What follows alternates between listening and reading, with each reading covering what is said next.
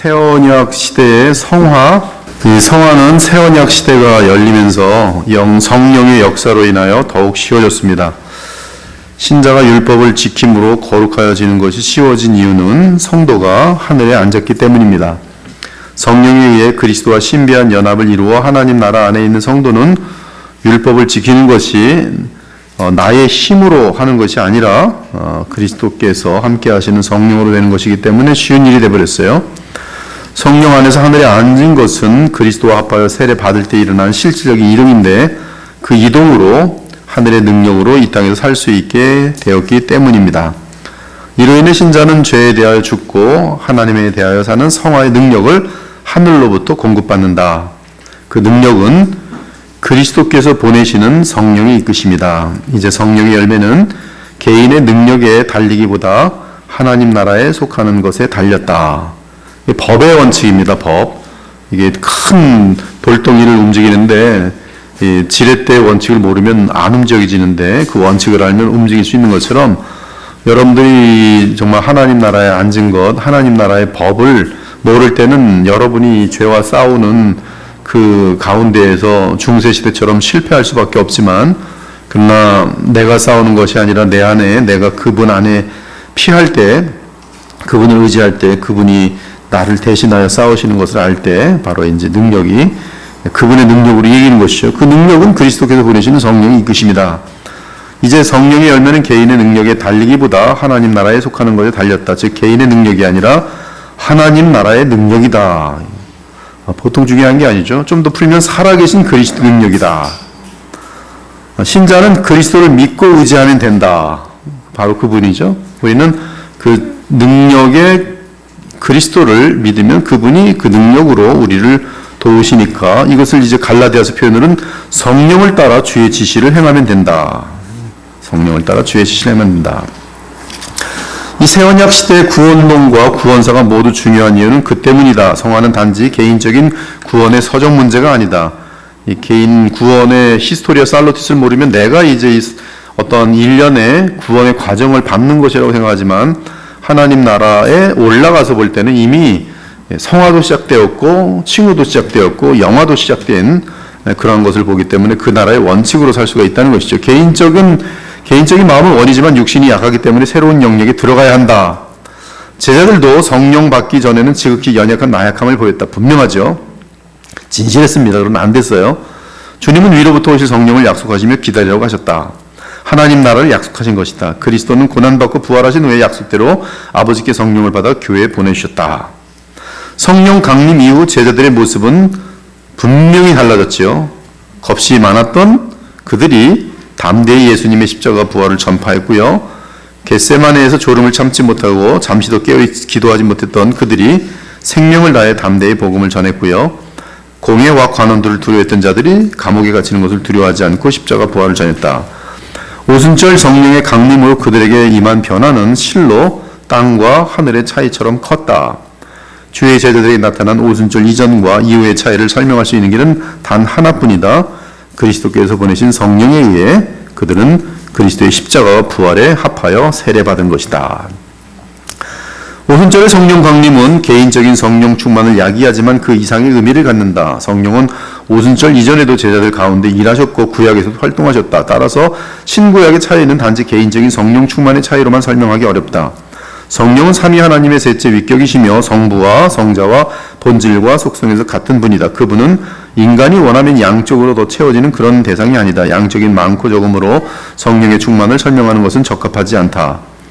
여기서부터 잘 들으셔야 돼요. 얼마나 멋있는 내용들인지. 그러나 부활하신 그리스도께서 신자들에게 보내시는 성령은 오순절의 구원사적 히스토리아 살로티스의 성취였다. 객관적인 것이죠. 그것은 부활하신 그리스도께서 성령을 부어주심으로 땅에 있는 신자들과 성령 안에 연합하는 사건으로서 말세적 사건이다. 말세가 들어온 것이죠. 말세는 이제 주의 재림과 함께 영원히 이어지는 것인데 그 내세가 들어와 버린 것이에요. 그래서 내세가 들어옴으로 말세적 사건이다. 따라서 오순절 사건이 후대의 개인적 성령 체험의 일반적인 패러다임이 될 수 없다. 그 사건은 히스토리아 살로티스예요. 네. 기독교 역사를 보면 그 당시에 사도행전 2장 사건을 계속 이제 발현할 하려고 이제 이 신사도 같은 경우는 똑같은 어떤 뭐 방언 무슨 뭐 거기 무슨 뭐 그 성령으로 뭐 뒤집혀지고 뭐 이런 것들을 나타내 보려고 이제 계속 그 오순절 사건을 동일하게 한번 또 발생시키려고 하면서 결국 사도의 직분도 부활시키고 이런 것이 신사도의 운동이고 이러한 교단들이 또 많아요. 근데 그것은 히스토리아 살루티스로 십자가의 죽으심, 성육신 다 역사 속에서 단 한 번의 이례적 영원한 사건인 것처럼 부활도 마찬가지고 그런 것처럼 성령의 강림 사도행전 2장 사건은 히스토리아 살루티스의 연장인 것이 그래서 성령이 오심은 바로 예수께서 만유의 주가 되시고 만왕의 왕이 되신 증거시고 또 그리스도께서 이루신 모든 그 히스토리아 살루티스를 우리에게 적용하시는 그러한 그 타당한 역사를 우리에게 보여준 것이 이제 이 성령 강림 사건이죠. 즉 성령으로 그리스도와 합하여 하늘에 앉는 사건은 하나님 나라에 들어가는 영역의 변화다. 우리는 지금 성령이 임하면 어둠의 영역에서 빛의 영역으로 들어갑니다. 이것처럼 엄청난 사건이 어디 있어요? 어둠의 영역에서만 있었는데 성령이 임하시면은 빛의 영역으로 들어가는 것이 그것이 오순절 사건이 시사하는 중요한 의미다. 즉 신자는 성령을 받는 즉시 그리스도와 함께 새로운 시간 속으로 들어가 하늘에 앉는다. 그러므로 하늘의 영역에 앉은 신자는 이 땅의 지체를 죽이는 것이 쉬워졌다. 그리고 이는 성화의 바탕과 동력이 되었다. 보통 중요한 내용이 아니죠. 보통 중요한 내용이 아니죠. 이것이 이제 우리가 성화가 어떻게 되어지는지에 대한 정말 너무나 체계적으로 완성된 그러한 신학 구조 속에서의 그림인 것이죠. 그러므로 새 언약 시대에서 개인적인 성령 충만은 땅에서 하늘로 이동한 구원사적 성취의 결과다. 성령 충만은 개인적인 차원에서 성령으로 꽉 찬 상태가 아니라 그리스도와 함께 일으킴 받은 공간적 이동에 의해 발생하는 결과다. 이 하나하나 내용이 지금 얼마나 여러분의 생각을 지금 성경적으로 복음적으로 지금 바꿔주고 있는지 모릅니다. 성령 충만의 결과는 내가 히스토리아 살루티스 성령의 강림으로 인한 예수께서 부활하심으로 인한 공간적 이동에 의해 발생하는 결과다. 생명이 그리스도와 함께 하나님 안에 감춰진 영적인 부활이 신자의 성령 충만과 성화의 근원이다. 즉 부활하신 그리스도 하나님 나라가 신자의 성령 충만과 성화의 근원입니다. 예수님의 부활 그리고 하나님 나라의 임함 이것이 생명의 성령의 법이에요. 법칙입니다. 그 법 안에 있을 때는 생명의 성령의 법은 죄와 사망의 법을 이기도록 되어 있어요. 그것이 성화의 근원이 이 법칙에 서서 움직일 때 그것이 성화의 근원이 그러므로 성령에 의해 그리스도와 연합한 것이 성령 충만과 성화의 근원이며 신자는 이 사실을 알고 그리스도를 믿고 의지할 때에 주의 영의 다스림을 받으며 주의 율법을 온전히 이룰 수 있게 된다. 이 사실을 알고 거기에 의존하는 것이죠. 즉 나의 성화의 그 힘이 내게 있는 결단력, 무슨 어떤 인내력, 나하고의 관계가 아니라 나를 부활하신 그리스도께 믿고 신뢰하는 그 믿음이 있는 것이죠. 그러면 그 부활 승천하신 예수께서 이미 연합한 상태 속에서 이제 내가 그분을 의지할 때 지금 이 성령으로 연합되어 있고 믿음으로 그분을 의지할 때 성령의 충만함이 내게 임하게 되면서 생명의 성령의 법칙으로 죄와 사망의 법을 이기게 되는 것이죠. 이 법칙이 문제인 것이죠.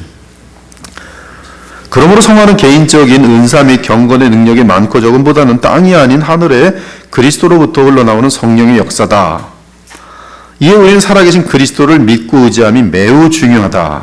우리가 교리를 많이 알아도 교리를 아는 것에서 멈춰버리면 그것이 지적인 믿음으로 끝날 가능성이 되게 높아요.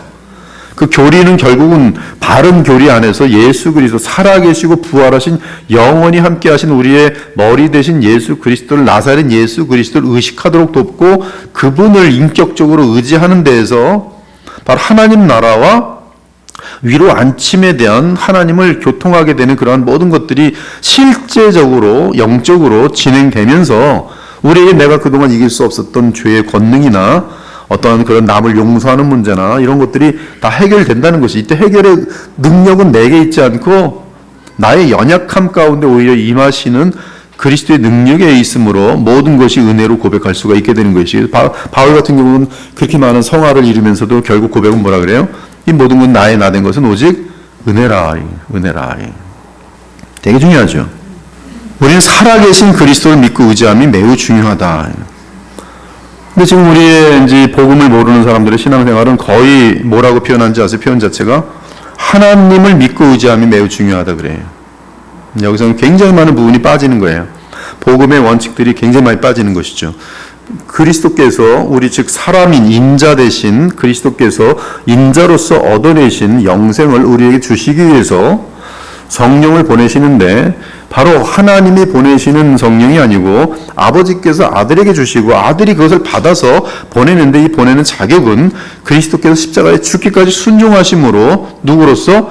인자로서 그 인성에 있어서 성취하심으로 얻어내신 그 영생을 우리에게 나눠주시는데 그 영생을 나누시는 방법이 거듭나게 하시는 방법이 성령으로 그렇죠? 성령으로 우리에게 주시는 이것이 정확히 알 때에 그리스도로부터 흘러나온 성령의 역사다. 이 살아계신 그리스도를 믿고 의지함이 매우 중요한 것이죠. 즉 성화는 개인적인 변화 이전에 그리스도 안에서 땅과 하늘이 통합된 사실로 인한 변화를 기억하고 그 사실을 아는 거죠. 이 성경에 의해서 아는 것이죠. 그걸 알고 내가 인격이라는 게 뭡니까? 자유의지적인 것이에요. 강요가 아닌 것이에요. 자원 벌룬터리리 하는 것이 믿음으로 그리스도와의 연합을 유지할 때 나타나는 것입니다. 그리스도를 의지하고 유지할 때. 다른 말로 하면 새언약 시대의 성화와 윤리는 개인적인 도덕이 아니라 하나님 나라의 열매다. 성화는 죄의 육신을 십자가에 못 박고 하늘에 속한 그리스도의 생명, 즉 새 사람을 옷 입고 사는 결과다. 그래서 갈라디아서 5장 24절에서 26절 보면 예수의 사람들은 육체와 함께 그 정욕과 탐심을 십자가에 못 박았느니라. 과거형입니다. 만일 우리가 성령으로 살면 또한 성령으로 행할지니 헛된 영혼과에 서로 느껴거나 서로 투기하지 말지니라. 보면은 다 이루어진 일입니다. 근데 여기에 개인적인 분명한 선택과 자유의지가 역사하고 있어요. 이 헛된 영광을 구하지 않아야 되는 것, 그리고 성령을 따라 사는 것. 근데 성령을 따라 사는 것은 이미 되어진 일이에요. 이게 안 돼 있으면 성령을 따라 산다는 것이 뭔지도 알 수도 없고 할 수도 없는 것이죠. 그러나 우리는 지금 이 정확하게 히스토리아 살로티스 속에서 성령을 따라 행한다는 것은 곧 예수 그리스도 부활하신 예수 그리스도를 의식하면서 의지하면서 살아가는 것임을 알 수가 있죠. 바울은 땅에 속한 사람에게 땅의 지체를 주기라고 하지 않았다. 그것은 불가능하다. 오직 하늘에 속한 사람만이 땅의 지체를 죽일 수 있다. 그러므로 땅의 지체를 죽이라는 요구는 그리스도의 나라에 들어간 자들에게 해당한다. 즉 바울은 그리스도와 함께 일으킴 받아 하늘에서 자유와 안식을 얻은 사람에게 땅의 지체를 죽이라고 한다.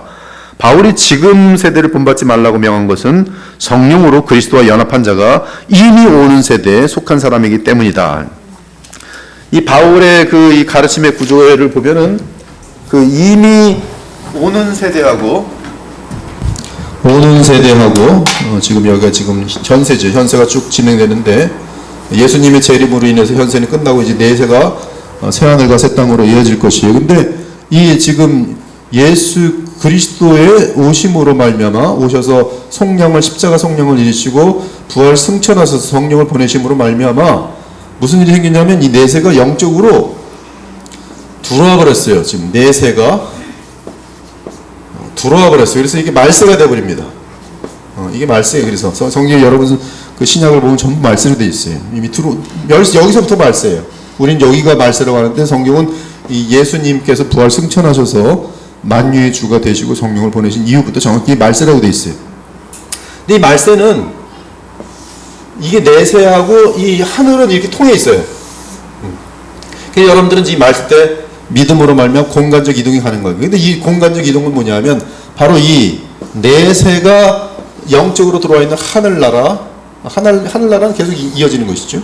그 다음에 하나님 나라, 그 다음에 이 하나님 나라가 또한 이 땅에서도 지금 사실 그 믿는 자들과 함께 성령으로 말미암아 또 와 있는 것이죠. 그래서 이만큼이 있고 여러분들이 죽으면 이제 여러분이 죽으면 여기로 가는 것이고 또 지금도 영적으로 성령 안에서는 또 여기도 있고 여러분의 생명은 여기도 있고 영적으로는 여기도 있고 몸은 이제 여기만 지금 있는 것이죠. 몸은 지금 실제 현세 속에서 진행되고 있는 것이죠.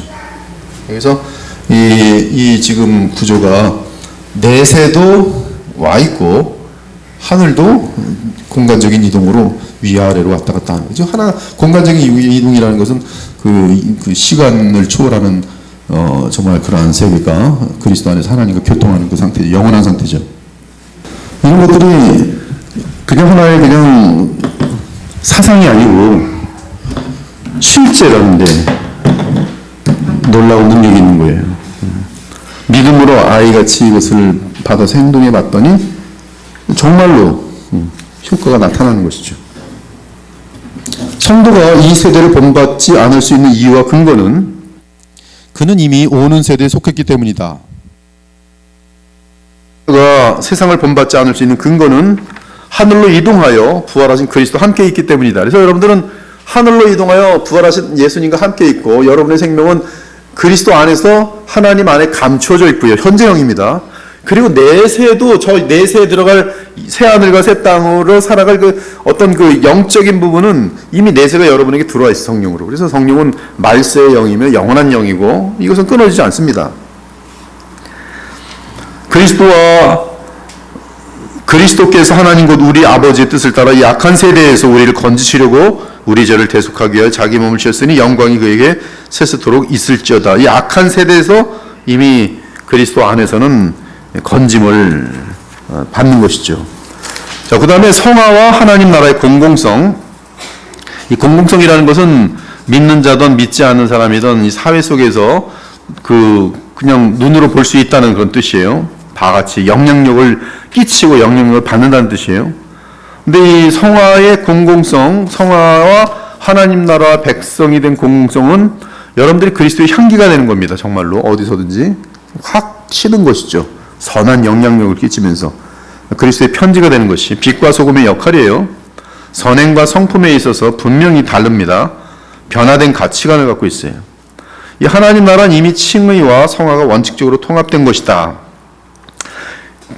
그 나라 안에서는 이게 어떻게 그리스도 안에서는 그게 바꿔도 이게 딱 맞습니다. 그리스도 안에서는 칭의와 성화가 통합됐다. 그 말이나 하나님 나라 안에서는 칭의와 성화가 통합됐다. 다 동일한 말인데 이 그리스도 안에 바로 하나님 나라가 있기 때문에 그렇죠. 그 나라 안에서는 복음과 율법의 구별이 필요치 않다. 복음 안에서 자연스럽게 율법이 성취되고 율법 안에서 그들은 더욱더 그리스도를 사랑을 표현하고 이 사랑과 진리가 나뉘지 않는다. 이런 의미에서 사랑 안에서 참된 것을 말하라, 참된 것을 행하라는 명령은 하나님 나라의 특징이다. 여기 보면 사랑과 진리가 다시 함께 포함된 명령입니다. 신기합니다. 사랑 안에서 speak in truth, speak the truth in love 이렇게 되어 있어요. 사랑 안에서 참된 것을 말하라 또는 참된 것을 행하라. 이것은 하나님 나라의 특징이다. 사랑과 진리의 연합은 그리스도와 연합한 자들의 신비한 열매다. 언약의 본질은 사랑과 진리의 통합인데 그 언약이 그리스도 안에서 성취된다. 이는 개인적인 성화뿐만 아니라 교회 공동체와 하나님 나라의 공공성을 위한 윤리의 바탕이 된다.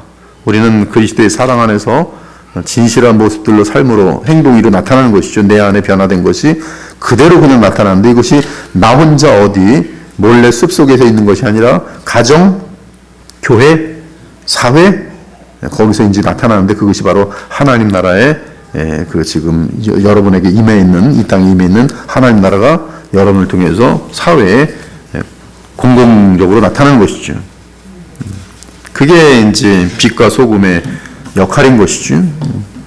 그래서 이 개인 성화하고 사회에 영향력을 끼치는 것은 분리될 수가 없습니다. 그렇지 않겠어요? 거룩한데 거룩하는데 사회 나가서 거룩하지 않다. 그거 웃긴 거잖아요. 그거는 모순이죠. 그래서 이 하나님 나라 공공성과 성화는 맞물려 있어요. 정말로 그리스도에게 붙들림 받아서 그리스도 안에서 하나님과 교통하고 있고 우리의 영혼이 하늘에 있고 그렇다면 이 땅에 살 때 우리에게서 나타나는 모든 것은 그들에게 세상에게 감출 수가 없습니다. 빛이기 때문에. 그것은 하나님과 이웃을 사랑하는 십계명의 완성으로서 그리스도 안에서 장차 들어갈 새하늘과 새 땅의 인류의 특징이기도 하다. 영적인 부활은 어둠의 영역에서 빛의 영역으로 이동한 것이다. 따라서 죄에 대하여 죽고 하나님에 대해 살 수 있는 새롭고 실적인 나라로 이동한 것이다. 이제 주의 백성은 하늘에 앉아서 하나님 나라의 세계관과 가치관을 갖고 여기 보면 지금 그 성화라는 것은 뭐 어떤 경건이란 종교적인 부분을 말하는 게 아니라 나의 삶 전체가 하나님의 통치를 받고 있는 것이거든요. 그것이 성화거든요. 통치를 받는 기간과 통치를 받는 깊이가 점점 깊어지는 것, 이것이 성화가 점점 깊어지는 것이죠.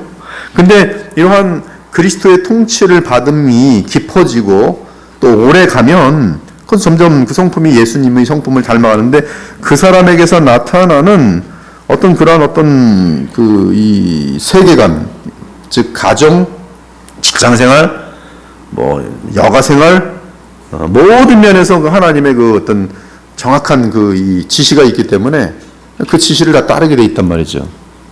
그러니까 이게 세계관으로 연결되는 거죠. 세계관, 문화에 대해서 또 무슨 우리의 뭐 여가생활이나 친구 관계, 부부 사이 다 들어있잖아요. 지금 자녀와의 관계 이런 것들이 전부 하나씩 다 주님의 말씀대로 순종되어지는 것. 교회에서도 제일 중요한 게 뭔지 아십니까? 교회에서 제일 중요한 거는 언제나 이 성화와 맞물려 있는 것은 질서예요, 질서. 이 질서를 거스르는 것은, 권위 질서를 거스르는 것은, 그것은 이 성화의 굉장히 반대입니다. 아무리 자기가 거룩한 척해도, 그것은 이미 이 세계관, 공공성에서 볼 때는 그것은 아무것도 아직 이루지 못한 것이 교만한 것입니다. 그래서 우리는 이 세계관과 가치관을 갖고 이 땅에 살아가는 것, 하늘에 앉아서 점점 깊어지죠. 정치에 대해서도 마찬가지고 여러 가지 면에서도 이제 지금 우리가 성령에 대해서 다룰 건데 대단히 소중한 걸 다룰 거예요. 성령의 본질적인 역사 2개, 성령의 특수한 역사 2개. 지금 외우셔도 될 것 같아요. 성령의 본질적인 역사는 거듭남과 성화예요. 쫓아보죠. 거듭남, 성화. 요거는 완전히 성령의 본질적인 역사입니다. 모든 성도에게 반드시 나타나는 역사예요. 비본질적이고 특수한 역사는 은사와 아디아포라예요. 쫓아보죠. 은사와 아디아포라. 이게 보통 중요한 게 아니에요. 이것을 정확히 할 때 우리가 이 은사 부분하고 아디아포라에 굉장히 약해요. 이것은 특수한 것이고 비본질적인 것인데 이거를 본질화시키고 이걸 가지고 교회를 이끄는 사람들 많아요. 반면에 이 칭의와 성화는 성령의 본질적인 것인데 여기에 대한 중요성을 놓치고 이것을 강조하지 않을 때 교회는 하나님이 원하시는 그러한 교회의 모습을 갖출 수가 없어요. 성령의 역사를 바르게 알 수가 없어요. 이 4가지 외에 다른 것은 그것은 굉장히 조심스러워요. 의심해야 됩니다. 우리가 특세 때 14장, 요한복음 14장과 16장을 통해서 성령에 대해서 굉장히 많이 봤어요. 거기 보면 죄와 의와 심판에 대한 그 성령의 깨닫게 하심, 성령의 증거, 그것이 제일 소중한 것으로 나와 있어요. 그리고 진리의 영, 그 다음에 교회 생활, 이런 식으로 다 연결되는데요. 우리가 가치관, 이런 것들에 대해서 아까 말한 아디아포라 같은 부분들이 있어요. 그런 것들은 어떻게 해야 되는가? 거기에 대해서도 우리가 이제 충분히 다룰 수 있을 것 같아요. 조금 빨리 나가도록 하겠습니다. 이 성화는 하나님 나라에 들어간 사람에게 그 나라에 상응하는 생활을 자연스럽게 요청하는 것일 뿐이다. 그리스도가 단번에 죽으시고 부활에 들어가신 손으로 짓지 아니한 하늘의 지성소는 신자의 성화를 자연스럽게 요청한다. 거기에 대해서 마음이 열려 있고 여러분들이 의지만 한다면, 그리스도를 인격적으로 의식하면서 의지만 한다면 순간순간마다 주님의 지시를 따를 의사가 간절하기 때문에 설교를 통해서도 지시를 듣게 될 거고 성경을 읽으면서도 지시를 듣게 될 거기 때문에 그 사람은 지시를 따를 이미 마음이 준비가 되어 있기 때문에 성령 안에서 이것은 쉽게 이제 실천이 되도록 되어 있어요. 그 실천이 가령 예를 들어서 화가 이렇게 나는데도 그래도 격려하는 말을 하고 이건 큰 죄 문제는 아니니까 덮어주도록 하라. 그 마음속에 관용하라라는 마음이 기억에 남단 말이죠. 하나님 말씀이. 그럼 그 말씀에 의해서 제 마음은 주님을 기쁘시게 하는 마음이 크기 때문에 관용하도록 되는 거예요. 근데 이 문제가 벌써 확 달라지는 거죠, 상황을. 이게 만약에 성령의 인도하심을 받지 않았으면 그날 단판을 짓고 말이야 큰 대판 싸움을 하고 하루 종일 기분이 나빠야 되는데 안 그런 거예요. 상 넘어가면서도 충분히 바르게 인도할 수 있는 그런 능력들이 나타나는 것이죠. 이것이 바로 하나님 나라의 능력이죠. 능력이라고요. 그리스도가 단번에 죽으시고 부활하여 들어가신 손으로 짓지 않은 하늘의 지은 신자의 성화를 자연스럽게 요청한다. 그리스도인의 성화와 윤리는 땅에서 실천되지만 하늘의 성소에 그 뿌리를 갖고 있다. 보이는 것은 잠시요 결코 내면의 변화를 일으키지 못한다. 언약에 대한 순종과 불순종에 따른 공간적 이동. 공간의 개념은 성경에서 중요한 주제다. 성경은 언약을 공간적인 모형을 빌려 설명한다. 잘 보세요. 어떤 공간적 이동이 있나? 아담은 범죄함으로 인하여 생명나무가 있는 에덴 동산을 떠나야 했다. 노아와 식구들은 심판의 홍수를 피해 세상 안에서 방주 안으로 들어갔다. 다 이동이죠? 아브라함과 사라는 고향인 갈대아우를 떠나 가나안 땅으로 이동했다. 모세와 히브리 민족은 노예로 살던 애굽을 떠나 홍해를 건너 광야로 이동했다. 광야에 40년 동안 방황하던 이스라엘은 요단강을 건너 약속의 땅 가나안에 입성했다. 그러나 가나안 땅의 우상을 버리지 못한 그들은 이웃 강대국의 포로가 되어 적과 꿀이 흐르는 약속의 땅을 떠나야 했다. 계속 준 하나님과의 관계에 따라서 어딜 떠나고, 그렇죠? 어딜로 들어가고 계속 그러죠. 하나님은 언약을 기억하시고 자기 백성을 다시 가나안 땅으로 돌아오게 하셨다. 이처럼 구약의 무수한 사례들은 언약에 대한 순종과 불순종의 결과로 인한 공간적 이동이었다. 이 모든 역사적 사건들은 이 통찰력이 얼마나 뛰어난가 보세요. 구약은 모두 예표거든요. 이 모든 구약에서의 이동은 그리스도가 고난받고 들어가실 하늘의 모형과 그림자였다. 그리스도가 하늘의 성소에 들어가신 것은 결국 하나님의 백성이 땅에서 하늘로 이동하기 위함이었다. 그리스도와 함께 일으킴 받은 교회는 더 이상 땅에서 땅으로 이동하지 않아도 되는 새 언약의 백성이다. 구약에서 땅은 하나님 나라의 모형이었다. 땅에서의 반복적인 이동은 그들을 거룩하게 만들지 못했지만 그리스도와 함께 땅에서 하늘로 올라간 부활은 단번에 하늘에 앉는 종말론적 구원이다. 그리스도를 통해 언약은 성취되었고 교회는 다시 이동할 필요가 없게 되었다. 이제 영원히 하늘에 앉은 거예요. 구약과 신약의 차이는 그리스도 오심과 그로 인한 십자가 부활 사건이다. 개인적인 성령 충만의 차이가 아니라 구원사적 성취의 이전과 이후다. 그러므로 이제 교회는 하늘을 사모하고 기다리는 것만이 아니라 그리스도와 함께 올라가 그곳에 앉았다. 끊을 수 없는 하나님의 사랑 안에 들어갔기 때문에 하늘에 앉은 것이다. 지성소는 하나님과 인간이 만나는 마지막 장소다. 신자는 이제 그리스도와 함께 하늘의 지성소에 들어갔기 때문에 반복된 이동이 종료되었다. 그리스도 안에 있으면 삼위 하나님 안에 거하는 마지막 이동이다. 영원히 거기서 나올 필요가 없는 것이, 나올 수도 없고. 여러분들 하나님과 연결되어 있죠? 영원히 안 끊어집니다. 안 끊어집니다. 절대 안 끊어져요. 그것이 이 최종 최후의 언약이에요.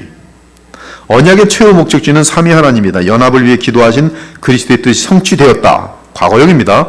구약에서 땅의 모든 공간적 이동은 삼위 하나님의 사랑에 들어가기 위한 모형이었다. 하나님의 사랑과 영광 외에 다른 영원한 목적지는 없다. 우린 지금 이 종말적인 세상에 들어왔기 때문에 하나님 안에 이미 영원히 들어와 버렸어요. 그것이 성령이 우리 안에 내재하시는 것이고 영원히 내주하신 성령은 우리를 떠나지 않습니다. 그것이 성경의 가르침이. 이 마지막 날들, 즉 말세대인데 말세 시작은 예수님의 십자가의 죽으심과 부활과 승천과 성령을 보내심이 이 마지막 날들의 시작입니다. 이 마지막 날들에 하나님의 아들을 통해서 말씀하신 것은 하나님의 사랑이 아들을 통해서 완성되기 때문이다. 개인의 칭의와 성화는 개인의 체험으로 설명할 수 없다. 그 이유는 구원론 안에서의 논리적 시간적 순서보다 십자가 부활의 구원사적 성취가 앞서기 때문이다. 바로 이 구원사를 모르기 때문에 이 구원론을 다루는 허다한 많은 사람들이 매일 다투는 거예요. 네가 틀렸다, 내가 맞았다. 그러나 우리는 그런 다툼이 없잖아요. 이제 내 모든 시작은 나로부터 시작하는 게 아니라 누구로부터 시작해요? 구원사로부터 시작돼요. 예수님. 그리고 예수님께서 이루신 것들을 성령께서 이제 믿지 않는 사람에게 찾아가서 그를 이제 복음이 전달하게 하시고, 그리고 그에게 effectual calling을 하시는데 그 대상이 누구냐면 성경이냐면 창세부터 택함 받은 사람들이. 즉 창세 전에 하나님께서는 서로 이 리뎀션 이 구속의 언약을 하실 때 바로 이 모든 여러분들의 영혼들이 바로 그 영원 전부터 그리스도 안에서 택함 받은 자들인 거예요. 그것이 삼위 하나님께서는 히스토리아 살로티스를 다 이루시고 성령을 보내심으로 성령께서는 이제 아들이 이루신 것을 가지고 아버지의 뜻에 따라 아들이 이루신 것을 가지고 우리에게 그걸 어플라이해야 돼요. 어플라이. 즉 거듭나게 하시고 그 그리스도께서 이루신 이 능력 가지고 우리를 성화시키시고 이미 하나님 나라에 이런 영광을 누리게 하시고, 고린도서 지난주에 3장 봤죠? 부활하신 영광의 그리스도를 바라볼 때 그 그리스도로부터 오시는 주의 영으로 말미암아 우리는 영광에서 영광에 이르러요. 그것이 성화거든요. 즉 십자가 부활의 구원사적 성취가 우리의 구원론의 바탕이죠. 그러므로 개인적인 칭의와 성의는 오직 그리스도가 단번에 죽으시고 하나님 우편에 앉은 구원사적 성취를 배경으로 설명할 때야 정상적인 우리의 구원의 모든 것들을 균형 있게 볼 수가 있는 것이죠. 이는 결국 그리스도의 구원사를 성령께서 각 신자에게 인친 결과, 그것이 바로 거듭남이고 인친 다음에 성령이 떠나지 않으시고 우리를 계속적으로 감동하시면서 역사하심이 바로 우리를 성화로 이끄시는 하나님의 은혜죠. 이때 이제 고집이 센 사람들은 여전히 죄를 좋아해서 계속 성령의 감동을 거스르면서 너무나 고집이 세면 성경 뭐라고 되어 있는지 아세요? 성령을 근심케 한다. 성령을 근심케 한다. 십자가에서 땅의 사역을 마치신 그리스도는 부활하셔서 하늘의 일을 하신다. 지금 하늘의 일을 어떤 모양으로 하세요? 바로 대제사장으로 하고 계세요. 대제사장. 그래서 히브리서는 두 가지가 나오는데 하나님의 영원한 어린 양의 제물의 효력 무한하죠. 그 다음에 이 효력을 가지고 누가 그것을 역사하세요? 바로 우리의 중보자 대제사장 예수 그리스도예요. 그래서 예수 그리스도 흠없는 자기 어린 양을 가지고 어린 양이 제사장이 또 되셔서 자기 어린 양의 영원한 제물을 우리에게 적용시키면서 지금도 우리의 죄를 용서하시는 것이죠. 그리고 택한 자들을 구원하시고 부활하셔서 하늘의 일을 하신다. 교회를 위해 하나님 우편에서 기도하신다. 그리스도의 승천 사역은 지상의 교회에 절대적으로 필요하다. 그리스도가 하나님 우편에서 기도하실 때 이 땅에서 칭의와 성화의 효력이 발생한다. 이 땅의 신자들을 위한 칭의와 성화의 효과적인 원인은 그리스도의 십자가 부활이다. 칭의와 성화는 땅에서 효력이 발생하기 전에 먼저 하늘에 시작되었다. 그리스도를 믿음으로 오르게 되었으니 거룩하게 살 책임이 있는 것만이 아니라 그리스도와 함께 하늘에 앉았으니 거룩하게 살 수 있게 되었다. 이미 다 조건은 하나님은 갖추어 주셨어요. 얼마든지 여러분들은 이제 마음만 믿기로 의지하기로 정하시면 되는 거예요. 그리스도 안에 있을 것인가? 그리스도 오늘도 오늘은 좀 옆에만 앉아 계십시오. 제가 알아서 할 테니까 이렇게 할 것인가? 아니면 오늘 제가 옆에 앉을 테니까 주께서 저를 인도해 주십시오. 요 차이에 계속. 즉 나의 인생의 주인을 내가 할 것인가? 주님이 할 것인가? 아내들이여 남편에게 순종하라. 말들은 벌써 알죠? 근데 오늘 남편에게 순종할 것인가? 대들 것인가? 알아요. 마음속에 머리. 근데 잘 안 되죠. 잘 안 됩니다. 여자들이 남편에게 순종하는 게 쉬운 일이 아니에요. 왜? 나보다 머리가 나빠 보이거든. 모든 면에서 나보다 인피리어, 열등하게 느껴지거든. 여자들이 볼 때는. 쉽지 않습니다. 자기를 부인해야 가능한 거예요. 근데 거기에 바로 복이 있어요. 거룩하게 살 수 있게 되었다. 그러므로 신자는 살아계신 우리 주 그리스도를 믿고 의지함으로 칭의의 목적인 성화에 동참할 수 있다. 이제 신자는 하나님 나라에 들어왔으니 그에 상응하는 삶을 살 뿐 아니라 살 수 있는 조건이 예비되었다. 땅에서 각자 고군분투하는 것이 아니라 하늘과 땅의 모든 권세를 받아. 그렇잖아. 분명히 얘기잖아. 내가 땅의 모든 권세를 주노니 권세를 받아 제자의 삶을 살 수 있게 되었다. 권세는 이미 있어요. 무슨 권세입니까? 마귀를 이기는 권세, 죄를 이기는 권세, 세상을 이기는 권세예요. 성도는 이미 하늘에 앉았기 때문에 세상에 있지만 세상에 속하지 않는다. 위에 있으니 땅의 것을 생각지 말라는 말씀은 땅의 삶을 포기하라는 뜻이 아니다. 땅에서 하나님 나라와 의를 구하라는 뜻이다. 얼마나 하나하나가 여러분이 균형 있게 배우지만 하나님의 뜻을 따르기 위해서 사제가 되고 수녀가 되는 일이 얼마나 많았습니까? 되게 멋있어 보였잖아요. 근데 그거는 완전히 비성경적인 것이죠. 성경과 무관한 거예요. 하나님 나라의 권세, 그리스도와 연합함, 성령의 역사 이런 것들에 대해서 알고 그것을 그대로 믿고 살아계신 예수 그리스도, 하나님으로 의식하는 게 아니라 살아계신 예수 그리스도, 사람이시며 하나님의 참아들이신 예수 그리스도, 그분이 사람으로서 그럼에도 그리스도 안에서는 또한 참 하나님으로서 그 효력은 무한하죠. 그래서 그러나 참 사람이죠. 참 사람이기 때문에 나를 위한 대속이 되죠. 흠이 없는, 죄가 없는 의인이에요. 근데 의인이 한 사람이 아니라 그분은 하나님의 아들이에요.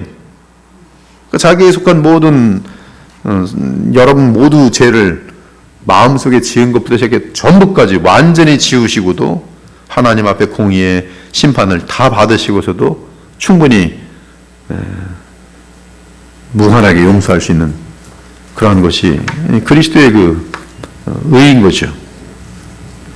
땅에서 하나님 나라 의를 구하라는 것이, 하늘에 속한 자만이 이 땅에 살면서 그것의 노예가 되지 않는다. 신자는 하늘의 능력으로 땅의 일을 한다. 하나님 나라 관점에서 볼 때 각자의 소명은 하늘에서 결정된다. 가정과 직장과 사회와 문화에서의 신자의 활동은 속되지 않고 하늘에 내리신 거룩한 소명이 된다. 따라 신자는 땅의 생활을 포기하는 것이 아니라 그 생활을 사람에게 하든 안 하고 죽게 하듯 한다. 이는 신자는 십자가 부활에 합하여 세례받은 자들로서 이미 하늘에 속하였으니 아직 땅에 남은 삶을 하늘의 생명으로 사는 것뿐이다. 자, 이제 하나님 나라의 성령, 하나님 나라의 성령, 이걸 한번 다루도록 하겠습니다. 자, 오순절 성령 강림은 그리스도가 단번에 죽으시고 부활하셔 성령을 부으신 구원사적 사건이다. 그리스도의 십자가 부활에 의한 성령 강림은 하나님 나라가 세상에 침투한 사건이다. 그러므로 이미와 아직의 하나님 나라가 도래하였다. 일반적으로 신자들은 성령을 개인의 구원을 위해서 오신 분으로 이해한다. 하지만 종말론이 구원론을 앞선다는 사실은 더 온전하고 바른 이해를 위해 중요하다. 성령은 어떤 추상적인 원리나 능력이 아니라 삼위 하나님의 셋째 위격이시다. 성령으로 거듭남은 단지 장래의 부활을 준비하는 단계가 아닌 지금 당장 그리스도와 함께 일으킴받아 부활 생명을 얻는 것이다. 따라 성령은 말세 부활까지 연약한 육신을 도우시기 위해 오신 임시적인 중개인이 아니라, 제가 어디 가서 봤을 때도 보니까 성령을 그렇게만 설명해요. 우리를 이 험한 인생을 살아가는데 나를 와서 도와주시는 분, 등 뒤에서 밀어주시는 분, 항상 똑같아요. 그분이 안 돼요. 연약한 육신을 도우시기 위해 오신 임시적인 중개인, 죽을 때까지 그냥 옆에서 위로해 주시고 그냥 도와만 주시는. 그러나 그 정도가 아니라 거듭난 자 안에 부활 생명을 넣어주시기 위해 오신 분이다. 성령은 그리스도의 영으로서 부활 생명을 주신다. 여러분, 거듭난 생명은 부활 생명입니다. 예수님의 부활 생명이에요. 부활 생명은 여러분이 부활했다는 거예요. 영으로 부활했고 여러분이 육체적인 부활은 이제 남아있는 것이. 그래서 부활도 이미 여러분에겐 부활이 이루어졌어요. 영적으로 성령 안에서 일으킴을 받았어요. 그래서 표현도 일으킴을 받았다고 되어 있습니다. 계시록 20장도 일으킴을 받고, 이 에베소 2장 6절도 일으킴을 받고, 골로새 1장도 마찬가지로 일으킴을 받고. 근데 그것이 우리의 육체가 일으킴을 받은 게 아니라 우리의 영혼이 어둠의 영역에 있다가 빛의 영역으로 옮겨진 것, 그것이 일으킴을 받은 것이. 그 영적인 부활이 되었고 성령 안에서 일으킴 받았고, 우리의 남은 부활은 뭐예요? 지금 영광의 부활체로 이제 육체를 입는 부활이 남아있어요. 그것은 예수님의 재림 때 허락될 것이죠.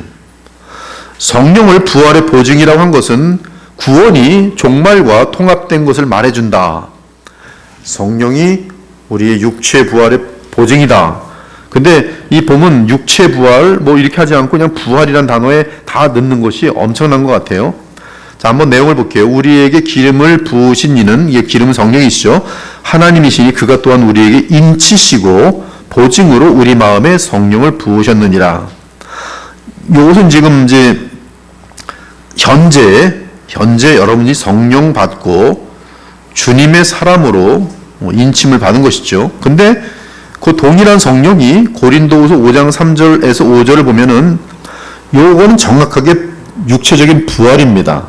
육체적인 부활에 대한 내용이 이렇게 입으면 우리가 벗은 자들로 발견되지 않으려 함이라. 참으로 이 장막에 있는 우리가 짐진 것 같이 탄식하는 것은 벗고자 함이 아니요 오히려 덧입고자 함이니 죽을 것이 생명의 삼킴바 되게 하려 함이라. 곧 이것을 우리에게 이루게 하시고 보증으로 성령을 우리에게 주신 이는 하나님이시니라.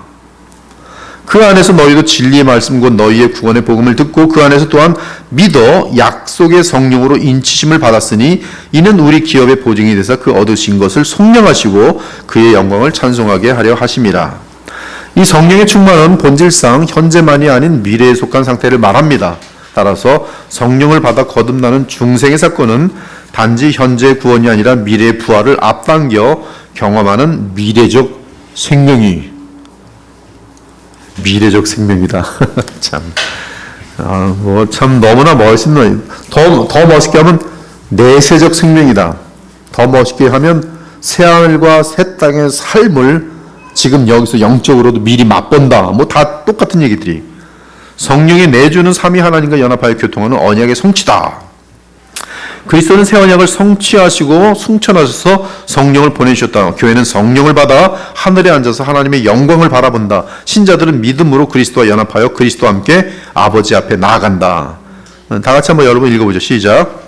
우리가 다 손을 벗은 얼굴로 얼굴을 보는 것 같이 그 영광을 보매 그와 같은 형상으로 변화하여 영광에서 영광에 이르니 곧 주의 영으로 말미암으리라. 네, 지금 이것은 지금 사건이에요. 지금 사건이에요. 지금 현재 여러분의 신앙생활의 사건이란 말이에요. 주님이 재림하신 그때가 아니라 지금, 그렇죠? 지금. 네. 새 언약과 그 효력, 그리스도는 십자가에서 언약의 피를 쏟으시고 영원한 언약을 성취하셨다. 새 언약은 신자들로 하여금 그리스도 안에서 영원한 삼위 하나님의 사랑 안에 거하게 한다.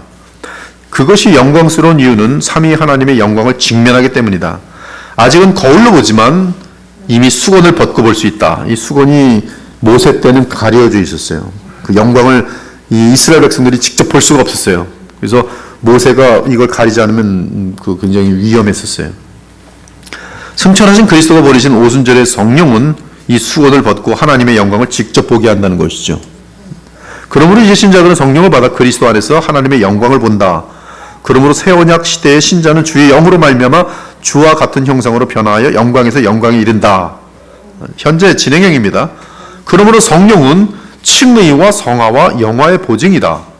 새로운 피조물로 하나님의 형상이 회복되었기에 부활 이후에는 하나님의 영광을 보아도 죽지 않는다. 여기 부활은 영적 부활, 물리적 부활 다 포함되어 있어요. 그러므로 성령은 말세에 부음받아 종말의 하나님 나라를 이 땅에 가져온 분이시다. 성령의 거듭남은 개인적인 구원일 뿐만 아니라 하나님 나라에 들어가서 담대히 하나님 보좌 앞에 나아가는 것이다. 지금 이 그 게알도스 보스의 이 얼레딘 나겟 이 개념은 이것이 진리이기 때문에 성경 어디를 봐도 어긋나는 데가 없어요. 완전한 성경 전체를 아우르는 완벽한 틀이에요. 즉 예수께서 오심으로 말미암아 정말 하늘과 땅이 통일되었고 우리는 그 통일된 가운데서 우리의 생명이 그리스도께서 우리에게 주신 부활 생명이 하나님 안에 감추어진 상태 속에서 나는 여기 있지만 이미 하늘에 올라가서 그리스도와 함께 제사장 역할도 하고 왕 같은 왕노릇도 하고 그런 것이 영적으로. 그래서 여러분의 기도가 지금 그 그리스도와 함께하는 기도로서 주의 말씀과 일치되는 기도를 드릴 땐 그 기도의 효력이라는 것은 엄청난 것입니다. 엄청난 거예요. 여러분들이 지금 구약시대 제사장부 이상의 신분을 갖고 있어요. 기도가 엄청난 것이죠. 오순절 성령의 강림은 그리스도가 죽으시고 승천하는 결과로 발생한 사건이다. 그리스도가 아담의 범죄를 원점으로 돌리고 부활과 승천으로 하늘에 올라가 아버지께로부터 성령을 받아 우리에게 보내셨다. 사도행전 2장 33절. 성령은 하나님의 삼위 중 세 번째 위격이지만 새 언약 시대 우리에게는 승천하신 그리스도가 부어신 그리스도의 영이다. 그리스도가 하늘로 승천하신 결과로 성령이 오신 것은 하나님 나라를 주시기 위함이었다. 성령은 그리스도와 연합한 성도를 그리스도가 승천하신 하늘에 앉히기 위해 오셨다.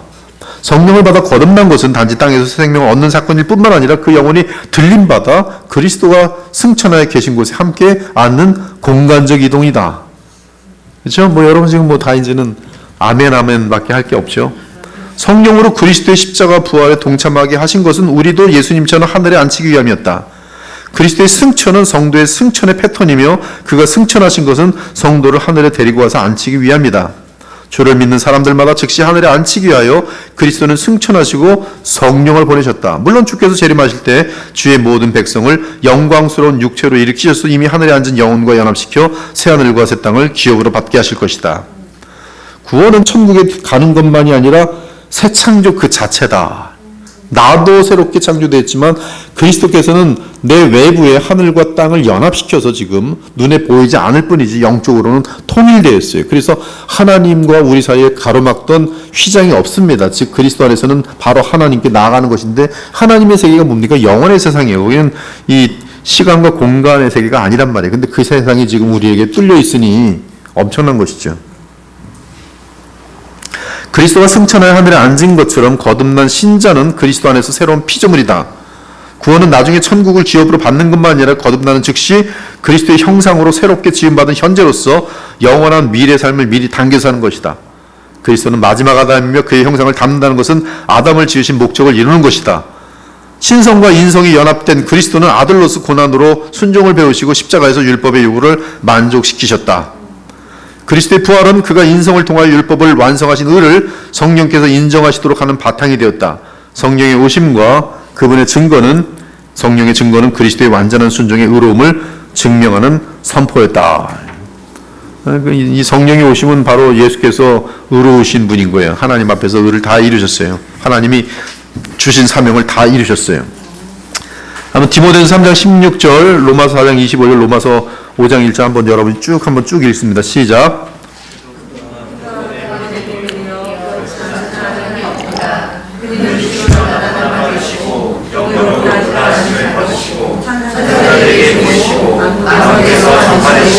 세상에서 믿음받으시고 영광 가운데서 올려주셨습니다.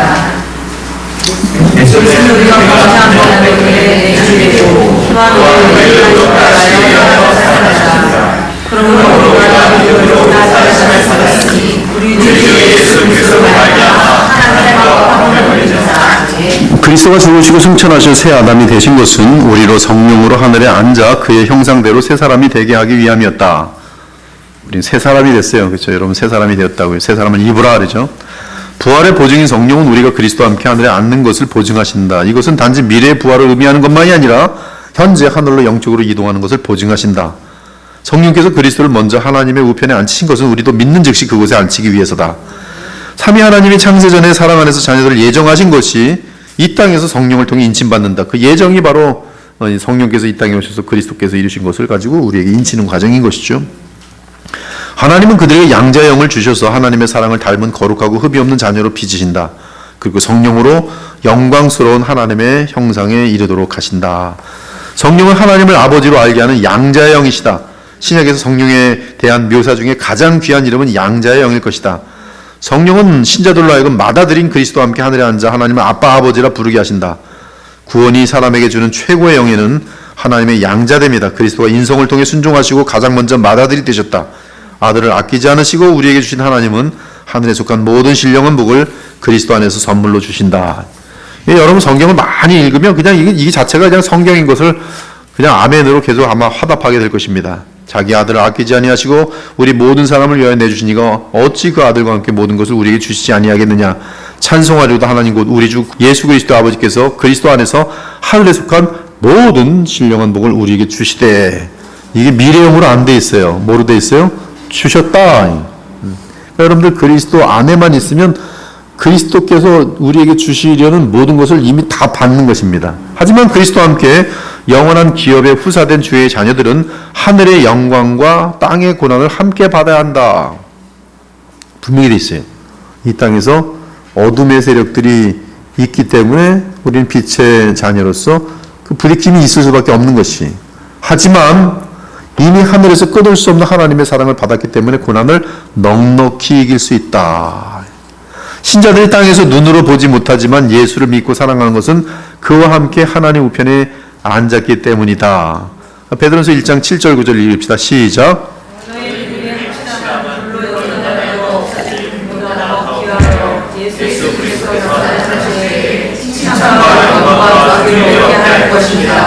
예수를 너희가 보지 못하였으나 사랑하는도다. 이제도 보지 못한다. 믿고 만날 수 없는 영광스러운 즐거움으로 복구하니 이들에게 결국 영원의 영광을 받으라. 예수를 너희가 보지 못하였으나 사랑하는도다. 실적으로 예수님 부활하신 이후에는 이제 바울에게 딱 한 번 다메섹 도상에 나타나시고 그 후에는 나타나지 않는 것으로 우리가 알고 있어요. 왜냐하면 성경은 너희가 이제 이건 그 다음 세대거든요. 너희가 보지 못하였다. 예수를 보지 못하였다. 그런데 사랑한다.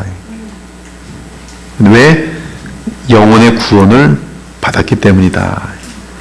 그리고 영광스러운 즐거움으로 기뻐하고 있다. 이런 하나님 나라 복음은 천사들도 살펴보기를 원하는 영광스러운 소식이었다.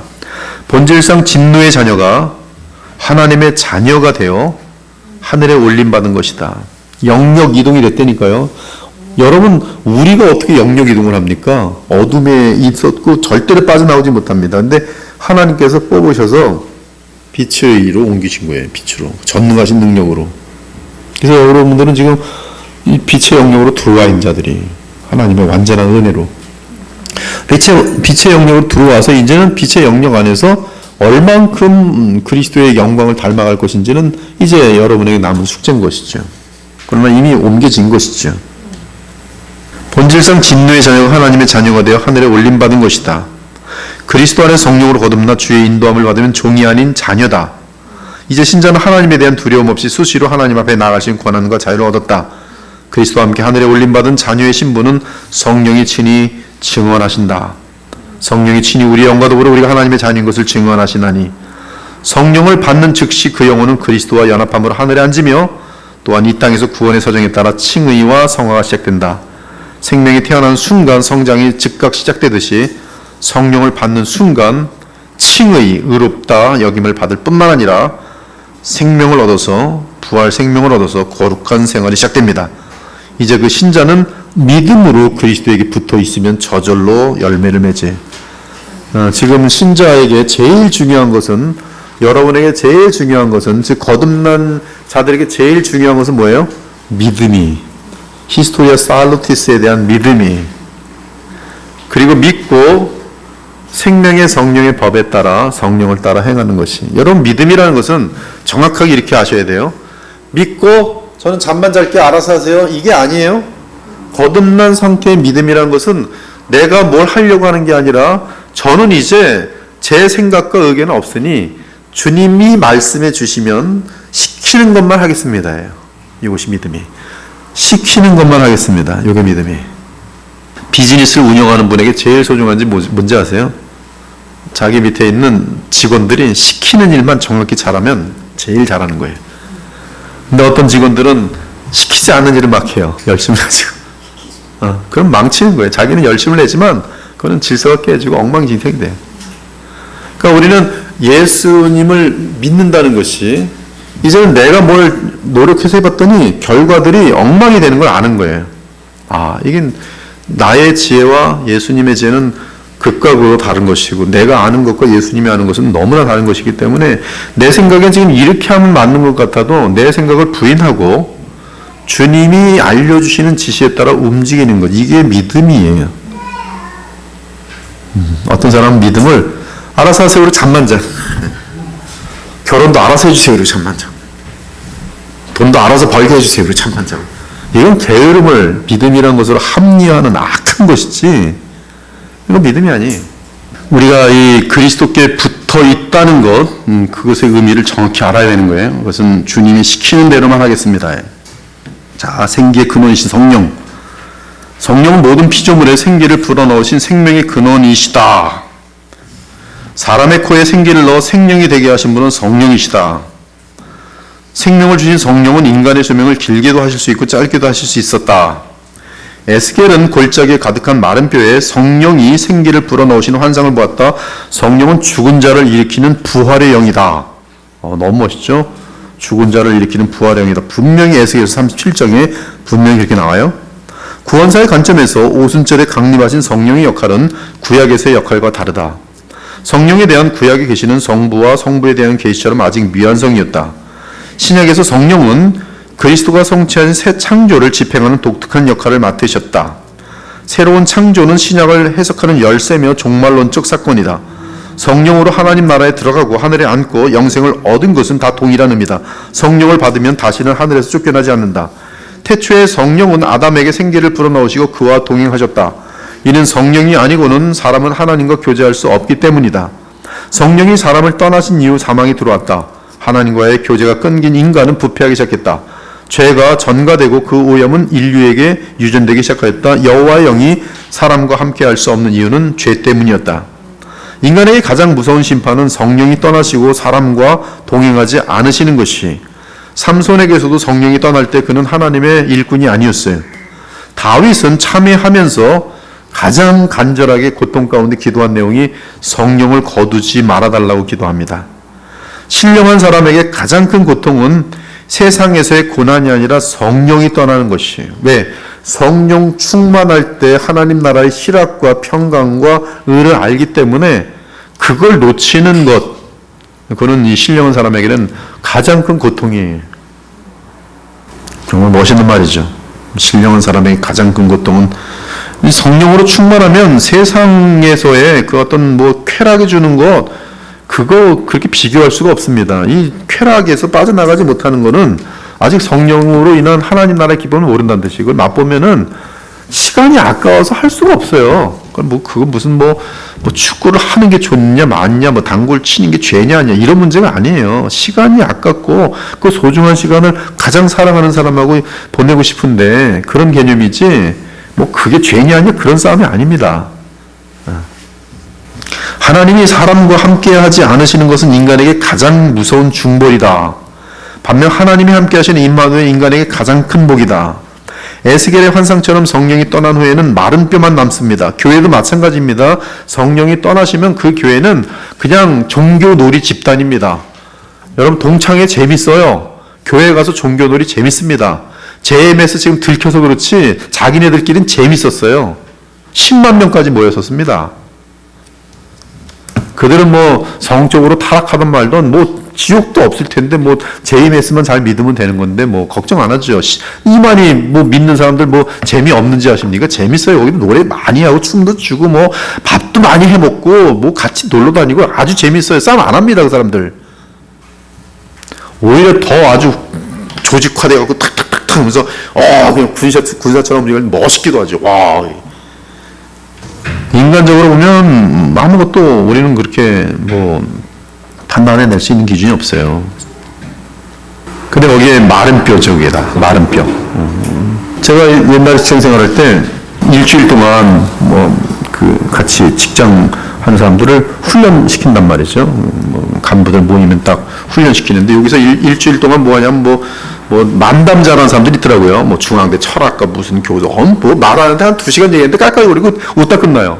그러니까 5분, 10분 지난 것 같은데 벌써 2시간 얘기한 거예요. 그렇게 재밌게 얘기하고, 그리고 이제 같이 또 이제 무슨 팀워크 하면서 빌딩 같이 뭘 만들기도 하고, 그래서 딱 나오면은 그 기업 사람이 돼서 나와요. 그 기업의 그냥 그 사람, 삼성이면 삼성 사람 해서 그냥 나오는 거예요, 이렇게. 그 충성심과 그들의 하나됨이라는 거는 보통이 아니에요.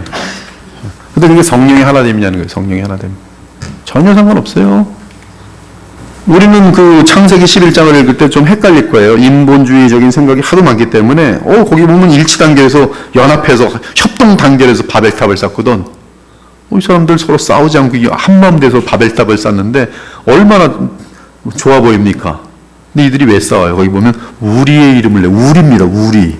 이게 나중에 하나님을 대적하는 전 세계의 모습이에요. 자기네들끼리 친할 수 있습니다. 소돔과 고모라가 하늘에서 이 불덩이를 내렸지만, 유황을 내렸지만, 소돔과 고모라는 거기서는 잘 먹고 놀고, 그날도 파티하고 밤새 놀고 또 그러는 거예요. 먹을 것도 많고 굶어 죽지 않습니다. 차고 넘치도록 먹는 거예요. 술 마시고 놀고 또 술 마시고 놀고 재밌게 놀고. 근데 그게 바로 마른 뼈라는 것이죠. 성령이 떠나면 육신은 살아도 영혼은 죽은 것이다. 하나님이 없는 것이. 지금 이 시대에 하나님 없는 사람들이 얼마나 많습니까? 우리는 그 사람들을 정말 불쌍히 여겨야 돼요. 성령을 받으면 영생을 얻으며 죽어도 산다. 성령을 받는 즉시 하늘에 앉게 되면 또한 영원히 죽지 않게 된다. 마지막 아담인 그리스도와 함께 유업으로 얻는 전 우주적인 세대는 새하늘과 새 땅이죠. 성령이 다시 떠나지 않는 땅과 하늘이 통일된 영원한 물리적인 하나님 나라다. 다윗의 기도처럼 구약에서는 성령이 떠날 수 있다는 불안감이 있었다. 신약에도 성령을 체험하고 타락한 자들이 있었다는 사실은 죄에 대한 심각한 경고다. 하지만 특수하고 일시적인 성령 체험이 아닌 부활하신 그리스도와 연합하는 성령의 사역은 효과적이며 영원하다. 이는 그리스도가 성취한 영원한 언약에 상응하는 성령의 사역 역시 영원할 수밖에 없기 때문이다. 그리스도와 함께 하늘에 앉힌 양자됨이 취소되고 다시 땅으로 버림받는 그런 일은 있을 수 없다. 이는 그리스도가 단번에 영원히 완성하신 구원이 영원한 것처럼 성령 안에서 하늘에 앉는 것도 영원하기 때문이다. 이러한 것들을 모르면, 시스토리아 살루티스를 모르면 자꾸 이제 구원, 당신이 게을리면 구원 잃을 수 있다 이러면서 결국 구원 잃지 않도록 신앙의 열심을 갖도록 만드는 알미니안 교회들이 많지요. 요새 알미니안 교회들이 사람들에게 그 인간의 의향 딱 맞거든요. 그래서 알미니안 교회들이 사람 많이 모입니다. 마치 내가 결정하고 우리가 으쌰 우리 제대로 하자 이러면 이제 되는 줄 알고, 구원사 같은 거 관심 없고, 으쌰, 우리는 두렵고 떨림으로 구원을 이룹시다. 더 기도해. 근데 왜 기도 열심히 하고 열심히 교회해야 됩니까? 구원 잃지 않으려고. 근데 그게 인간의 힘으로 구원을 잃지 않을 수가 있겠습니까? 결국 자기 구원을 인간의 노력과 의지에 둔 거 아니겠어요? 이게 복음입니까? 순식간에 아주 율법주의로 돌아간 상태로 만들면서 그런 교회가 지금 많이 잘 돼요. 진리를 외쳐야 될 거 아니에요. 여러분들은 이제 이렇게 들으면 이제 이 중에 또 이제 아니란 사람은 나는 지금 대충 해도 구원은 영원히 안 잃겠네. 이런 이제 부작용이 이제 이것도 이제 마귀에게 속아 넘어가는 거죠. 그런 건 있을 수 있지만 그러나 지금 복음이 사실대로 정확하게 전달되었기 때문에 주의 감동에 의해서 변화되는 거. 그게 진정한 변화거든요. 두려움이 아니라 그러한 나임에도 불구하고 끝까지 나를 놓지 않으시는 거. 하나님의 사랑에 대한 감동. 그리스도의 사랑이 나를 강권하시는도다. 영원한 사랑 그 앞에 무너질 때 영원한 사랑 앞에 우리는 영원한 감사와 찬송을 돌리게 되는 것이지. 그게 정말 무서운 정말 진정한 사람의 변화거든요. 하나님이 성령을 말세에 부어주신 것은 내 세가 마지막 세대가 오는 세대가 임했다는 뜻이다. 죄가 세상에 들어온 이후 성령은 사람을 떠날 수 있었지만 마지막 아담이 승천한 말세에는 신작에서 떠날 수 없다. 이는 성령께서 부활하시고 승천하신 마지막 아담의 영으로 오셨기 때문이다. 성령과 부활, 오순절의 성령 강림은 역사적 사건이며 또한 구원사다. 성령 강림은 그리스도의 승천과 직결된 단회적 사건이다. 창세전 3위 하나님의 언약 안에서 각 위에 정해진 대로 각 위는 맡겨진 일을 완성한다. 여기 보면 에베소 1장 4절, 7절, 10절 보면 정확하게 성부, 성자, 성령의 역사가 딱 있어요. 그렇죠? 창세전에 그리스도 안에서 우리를 택하사 누가 아버지께서 우린 그리스도 안에서 그 피로 속량 죄사함을 받고 13절 그리스도 안에서 약속의 성령으로 인치심을 받았으니 즉 성령은 그리스도가 만물을 통합하고 하나님과 화목하게 하신 것을 각 사람에게 인치신다. 오순절의 성령 강림은 오늘날 교회에서 다시 반복될 수 있는 사건이 아니다. 이는 성령이 오순절처럼 다시 하늘에서 내려오실 필요가 없기 때문이다. 그리스도의 부활과 성도의 부활은 성령으로 연결되었다. 이미 그리스도와 신자를 연결시키신 성령이다. 성령의 사역 볼게요. 오늘은 진도 엄청나게 나가는 것 같아요. 성령의 사역. 성령의 사역에서 성령의 보편적 사역이 있고, 그 다음에 이제 특별한 사역이 있는데, 보편적 사역, 거듭남과 성화, 성령의 사역에 있어서 가장 첫째 되는 보편적 사역은 사람을 성령으로 거듭나게 하여 하나님 나라에 들어가게 하는 것이다. 이 사건이 있어야 사람은 영적인 생활과 활동을 시작할 수 있다.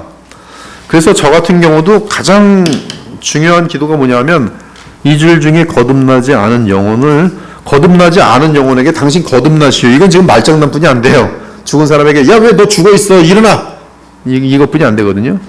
그러니까 거듭나지 않은 사람은 자기가 거듭나지 않은 것도 몰라요. 그냥 죄의 상태에 있습니다. 죄의 상태 속에서 즉 거듭나지 않은 자연인만 있는데 신앙적인 지식 같은 게 들어가서 그 지식을 좀 머릿속에 알면서 지적으로 알면서 자기가 구원받았다고 착각하는 일들이 얼마든지 가능해요. 모든 이단들이 그러고 있는 것이고 지금 거듭난다는 것은 이 그리스도의 부활의 영에 의해서 예수님의 생명이 그에게 임하는 것인데요. 그것은 지금 그리스도의 어떤 창세적의 그 택정함을 받은 자들에 대한 이 히스토리아 살루티스를 근거로 한 성령의 사역에 의한 것인데 이때 성령의 사역이 이 죽은 자를 살리는 거란 말이에요.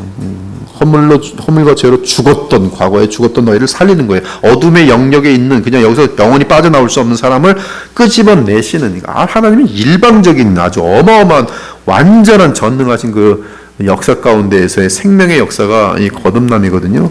근데 거듭남이라는 것은 어떻게 발생하도록 하나님이 역사하도록 그렇게 말씀하셨냐면 복음이 전하는 곳에 그리고 성령께서 거기서 부르셔요. 그럼 거기에 택함 받은 사람은 복음을 들을 때 죽은 사람이에요. 근데 죽은 사람의 에스겔 그 예언처럼 성령이 들어가시는 거예요. 그래서 거듭나는 거예요. 근데 그 사건이 발생해야지만이 그 다음부터 변화가 있어요. 그러니까 사실 이제 저 같은 이제 이러한 입장에서는 10년 동안 말씀을 들었는데 변화되지 않는다. 뭐 지식은 들어가는 것 같은데 절대로 성화되는 모습이 없다. 예수님의 형상을 담아가지 않는다. 20년이 됐는데도 변화되지 않는다. 그럼 죽은 사람이 아직도. 죽은 사람이 그냥 종교적인 그냥 놀이를 하고 있는 거예요. 이 복음이 들어가고 그가 어린아이처럼 조금씩이라도 순종하려는 의사가 있으면 성령 들어가면은 거듭나면 의사가 있거든요. 갈등이 있단 말이에요. 근데 그것이 사람의 일이 아니기 때문에 기도 외에는 할 게 없어요. 주여 여기 죽은 영혼들은 살려주옵소서. 그것밖에 못해. 그러나 살아있는 영혼들은 이제 이게 잘 다 알아들을 수 있도록 돼 있거든. 깨어있잖아요. 살아있잖아요. 하나님 나라 들어왔잖아.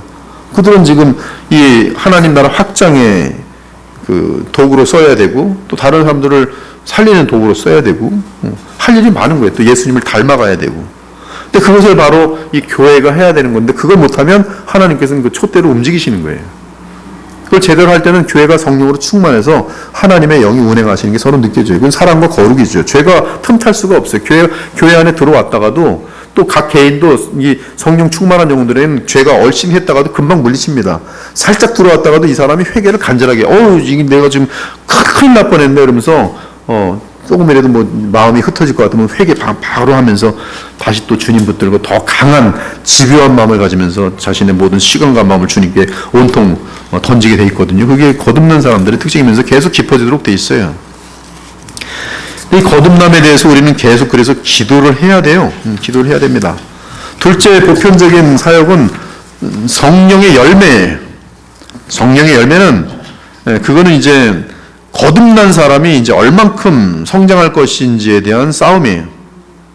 성령의 열매. 그래서 거듭난 아기들은 계속 순전하고 신령한 젖을 사모해야 돼요. 왜? 자라나기 위해서. 자라나기 위해서. 그래서 마다들의 형상을 본받는 영적인 성숙함.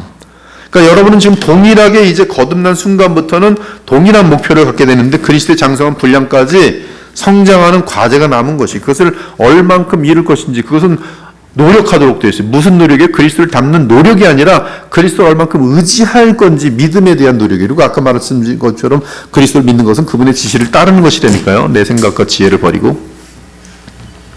그래서 그리스도의 그 인도하심을 따라 성령을 따라 행함으로 그리스도를 닮아가는 것. 그것이 성령의 역사예요. 성령의. 우리의 성화는 성령이 하시는 것인데 성령은 하나님으로서 우리의 자유의지를 업신여기지 않으십니다. 인격적인 분이세요. 하나님께서는 절대로 우리에게 어떤 상과 경고를 말씀하시지 강요한 적이 없어요. 로버트가 아니거든요. 그래서 각 사람마다 성화는 틀려요. 어떤 분은 1년밖에 교회를 안 다녔는데 쑥 큰 사람이 있어요. 깨달음도 크고. 어떤 사람은 20년 다녔는데도 아직도 요만해. 왜? 성화에 대해서 원하지도 않고 관심도 없는 거예요. 이 성화는 믿음의 깊이와 비례, 믿음의 분량과 비례합니다. 근데 성경은 성령의 열매를 가장 소중히 여기. 성령의 열매는 성품의 변화거든요. 가장 소중히 여깁니다. 성경도 결국은 이 하나님의 사람으로 온전케 하기 위해서 성경이 주어졌어요. 성경은 성령의 역사로 인한 구원의 역사를 일으키지만 그 구원의 역사는 무조건 모노지즘입니다. 개혁주의에서 모노지즘, 단동설이에요. 즉 사람의 무슨 뭐 동의 뭐 그런 거 절대 필요 없어요. 하나님이 일방적으로 역사하시는 것이고 그러나 역사가 들어온 그 다음부터의 성화는 여러분의 인격적인 차원의 리스폰스가 너무나 중요해요. 그래서 이제 이 요한복음 15장에 보면은 이미 너희는 깨끗해졌다 그래요. 13장에서도 너희는 깨끗해졌다. 그리고 15장에 가서 보면 너희는 이제 나무와 젖붙임을 받았다. 근데 젖붙임을 받아 연합됐다는 거예요. 근데 연합된 자가 아무런 열매를 맺지 않을 수도 있고 열매를 맺을 수가 있어요. 그것이 뭐냐면 너가 내 안에 거하면 내가 네 안에 거하니. 이 조건이 뭐냐면 연합됐는데 네가 내 안에 거해야 돼요. 지금 우리가 예수 그리스도를 믿고 그분께 가야 돼요. 이것은 여러분이 해야 되는 거예요. 누가 대신 해줄 수 없어요. 아침에 일어나서 성경을 볼 건지 텔레비전을 켤 건지 여러분의 선택이에요. 텔레비전 보면서 하루를 시작하는 거하고 성경을 읽고 시작하는 거하고는 그것이 10년, 20년 누적되면 얘기는 달라진다 이거예요. 분명히 달라지죠. 화요일에 매주 오는 사람하고 화요일에 매번 빠지는 사람하고 한두 번 차이면 뭐 별 차이가 안 나겠지만 10년 그랬어요. 한 사람은 설교 듣는 양이 10년에 뭐 한 편이면 1년에 52편이 52 곱하기 10년이 그러면 520개를 더 들은 거예요. 520개. 그것도 현장에서. 거기에 성령이 역사하신다고 가정하면 성령의 역사 가운데 하나님 말씀을 빨아먹은 거예요. 그 성장이 같겠습니까? 다른 거예요. 오늘 여러분들은 지금 1시간 반 동안에 이걸 듣잖아요. 이게 자신의 어떤 교만을 위해서가 아니라 지적인 만족이 위해서가 아니라 내가 정말 예수님을 닮기 위해서 이 자리에서 겸손하게 된다면 이 시간들이 누적될 때 저를 포함해서 여러분 모두가 변화되고 있어요. 어마어마하게 변화되고 있어요. 은사 부분하고 그 다음에 이제 아디아포라 너무나 이제 3페이지 남았는데요. 성령의 예외적인 은사.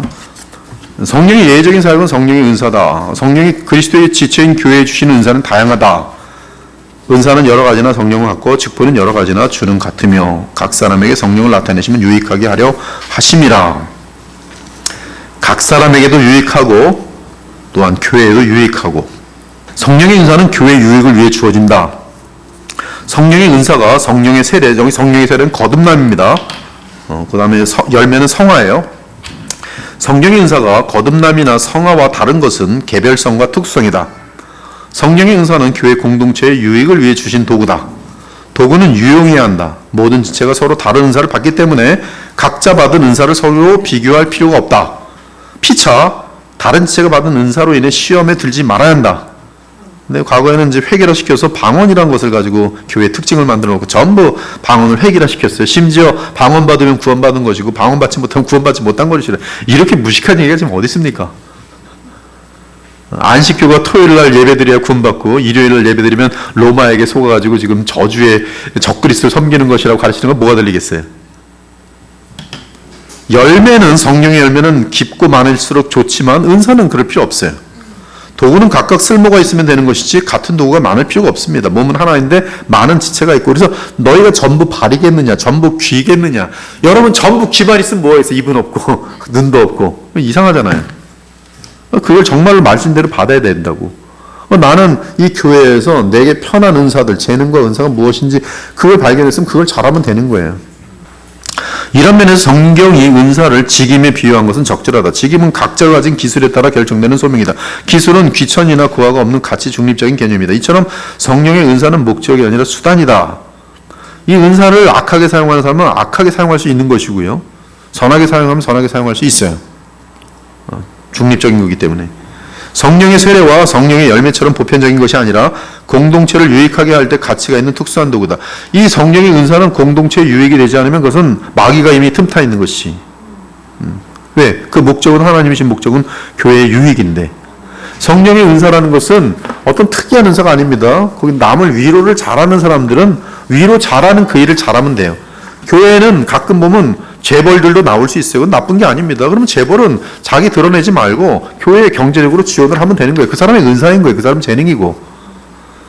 어떤 사람은 이 행정 같은 걸 잘할 수 있고 아니면 뭐 계획도 잘할 수 있고 은사가 다 틀린 거예요. 그걸 자기가 열심히 교회를 위해서 봉사하면 주님께서는 그 은사를 거두가지 않습니다. 거의 거두가지 않아요. 웬만하면. 설교도 일종의 은사일 수 있어요. 은사이기에는 너무나 교회의 이 본질이기 때문에 너무나 소중한 거기 때문에 은사로만 치부하기 좀 어렵지만 그래도 하여튼 설교하는 것은 또 아무나 하는 것은 또 아닌 것 같아요. 자기 그 어떤 그 적성하고도 좀 맞는 부분이 많이 필요한 것 같더라고요. 근데 그런 은사에 대해서도 한번 일단 주시면 정말로 하나님께서 그를 내치지 않고서는 정말 그렇게 무서운 그런 하나님을 대항하는 게 아니시면 그냥 두세요. 웬만하면 그냥 두세요. 그러니까 여러분들이 주님께서 주신 모든 것들에 대해서 교회의 유익이 되도록 하시면 하나님은 여러분에게 주신 그 재능과 은사를 거두가지 않으세요. 대신에 더 넓게 하시고 더 깊게 하시면서 교회의 유익이 되도록. 그게 바로 은사예요. 그렇기 때문에 은사는 사랑보다 크지 않다. 모든 은사보다 뛰어난 것은 사랑이다. 너희는 더욱 큰 은사를 사모하라. 바로 사랑이죠. 목적보다 수단을 중시하면 교회의 화목과 일치가 깨진다. 사랑이 없는 은사는 아무것도 아니며 아무런 유익도 없다. 예, 사랑이 없으면 아무것도 아니에요. 은사는 우리가 이제 고린도 전서 12장에서 14장까지 다루어 볼 기회가 있겠지만은 거기 이제 나오는 은사는 이제 에베소 4장 또 이제 로마서 12장, 고린도 전서 12장이 은사장이거든요. 근데 은사에서 거기 나오는 거 다 정리해 보면 한 19가지가 되는데 그것은 그 이제 하나의 샘플이고요. 19가지 하나의 샘플로 보여주는 거예요.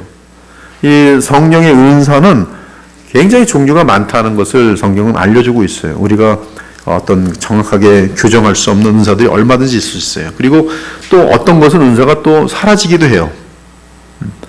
그래서 이 성령의 주권적인 그런 교회 덕을 위한 이제 지체들에게 나눠주는 건데, 이 은사의 일단 시작이 뭐냐면 고린도전서 12장의 1절과 2절이에요. 즉 예수 그리스도를 주로 섬기기 위한 것이, 예수 그리스도를 주로 섬기는 기능이 성령의 역사고, 그 주로 그 머리를 하여 그 지체들이 서로 유익에 되도록 하는 것이 은사로 주어진 것으로 돼 있어요. 그렇기 때문에 여러분들이 그 은사를 마음껏 이제 사용하시는 것은 되게 귀하다고 봐요. 이제 아디아포라, 자, 이 부분은 이제 앞으로 계속 이제 이 내용을 깊게 다루시면서 이제 등장할 건데, 지금 볼게요. 아디아포라라는 말은 뭐냐면 성경에 정확히 규정되지 않은 것이, 그래서 이렇게 보면 이것도 맞고 저렇게 보면 저렇게 보고 맞고 이런 것들이, 그 바울 당시 때 제일 큰 문제가 뭐냐면 구약과 겹치면서 무슨 날짜를, 소중한 날짜가 있는가, 날짜에 특별한 날짜, 뭐 금식일 같은 거, 무슨 날짜를 지킨, 지금도 보면 맨날 그거 싸우죠. 뭐 사순절 지키냐 마느냐, 뭐 맨날 그러죠. 뭐 부활절을 지켜야 되냐 마냐면, 성탄절을 지켜야 되냐 마냐면, 우리 같은 경우는 성탄절, 부활절, 뭐 추수감사절 소중히 여기 지키고, 어떤 사람은 뭐 지키지 않고, 우리가 지키지 않는다고 해서 뭐라고 판단하지 않아요. 이게 아디아포란 말이에요. 이제 바울이 보면 그 시장에서 갖다 놓는 이제 고기를 먹는 문제인데, 그때 문제가 뭐냐면 그 시장에 나온 고기 중에 보면 정말로 우상에게 바쳤다가 시장에 나온 고기들이 있었다는 거예요. 근데 어떤 사람은 양심이 약해서 이 고기를 보면서, 아, 이게 지금 우상에게 바쳤던 고기 아닌가 해서 출처를 묻는 거예요. 이거 어디서 샀어요? 그러면 그 사람이 누구한테 가서 그때 받았는데, 그럼 그 사람 찾아가서 이거 고기 어디서 갖고 왔어요? 그러면 저기 성전에서 드렸던 그 고기인데 그냥 우리가 싸게 받아왔어요. 그러면 이거 더러운 고기네. 그러면서 안 사는 거예요. 근데 바울은 이거 상관없다는 게, 지금 이 고기로 시장에 나왔으면 그냥 묻지 않고 먹으면 되는 거예요. 근데 어떤 사람이 바울 보니까 저거 내가 확인해 봤더니 저거 지금 우상숭배에 갔다 온 건데 바울 선생이 지금 드시네? 그럼 자기 양심이 상하는 거예요. 그리고 바울을 판단하게 되는 거예요. 저분 지금 사도하고 그러는데 왜 저런 모양이지? 저건 자기 양심은 걸리는 거예요. 바로 그런 부분들에 대해서 바울은 뭐라면, 너희를 내가 넘어지게 할 바에 내가 고기를 아예 건드리지도 않겠다. 하나님 나라 원칙이라는 게, 하나님 나라 원칙.